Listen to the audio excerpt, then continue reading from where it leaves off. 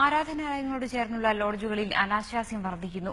ഇത്തരം ലോഡ്ജുകൾക്ക് പോലീസിന്റെ ഒത്താശയുണ്ടെന്ന് റിപ്പോർട്ടർ അന്വേഷണത്തിൽ നിന്ന് വ്യക്തമായി. എറണാകുളത്ത് ചോറ്റാനിക്കര ദേവീക്ഷേത്രത്തിനോട് ചേർന്നുള്ള ലോഡ്ജുകളിൽ ശരീരകച്ചവടം പരസ്യമായി നടക്കുന്നതായി റിപ്പോർട്ടർ അന്വേഷണത്തിൽ കണ്ടെത്തി.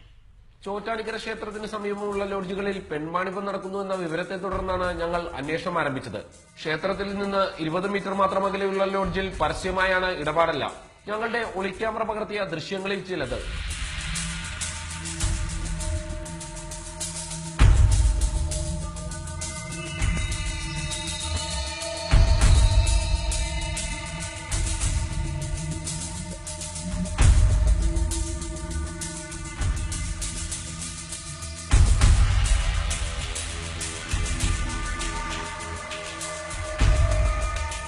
ഇവിടെയുള്ള മറ്റു പല ലോഡ്ജുകളിലെയും അവസ്ഥ ഇതുതന്നെയാണ്. ഇത്തരം ലോഡ്ജുകളിൽ മുറികൾ മണിക്കൂർ അടിസ്ഥാനത്തിലാണ് വാടകയ്ക്ക് ലഭിക്കുന്നത്. ഒപ്പം ഒരു പെണ്ണും മുറിയിൽ തയ്യാർ. സ്ത്രീകളെ തിരഞ്ഞെടുക്കാനും ഇവിടെ അവസരമുണ്ട്.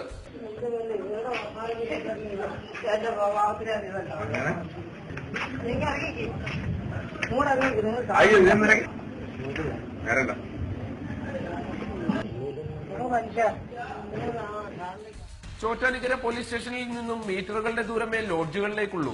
എന്നാൽ ദിവസവും ഈ സ്ഥലങ്ങളിൽ റോന്തു ചുറ്റുന്ന പോലീസ് മാത്രം ഇതൊന്നും അറിയുന്നില്ല. ലോഡ്ജുകൾക്ക് പുറത്ത് പരസ്യമായാണ് ഗർഭനിരോധന ഉറകൾ ശേഖരിച്ചു വെച്ചിരിക്കുന്നത്. ചില ലോഡ്ജുകളുടെ എല്ലാം നടത്തിപ്പുകാർ സ്ത്രീകളാണ്. നിയമം സംരക്ഷിക്കേണ്ട പോലീസുകാരും നിയമത്തിന് പുല്ല് കൽപ്പിച്ച് നടത്തുന്ന വ്യഭിചാര കേന്ദ്രവും തമ്മിൽ മീറ്ററുകളുടെ വ്യത്യാസം മാത്രം. റെയ്ഡ് പോയിട്ട് ഒന്നിങ്ങോട്ട് തിരിഞ്ഞു നോക്കാൻ പോലും ചോറ്റാനിക്കര പോലീസ് തയ്യാറാകുന്നില്ല. അതുകൊണ്ട് തന്നെ ലൈംഗിക വ്യാപാരം ഇവിടെ തകൃതിയായി തുടരുകയാണ്. ക്യാമറമാൻ ജിതേഷ് സുന്ദറിനോടൊപ്പം സഹിന ആന്റണി, റിപ്പോർട്ടർ, കൊച്ചി.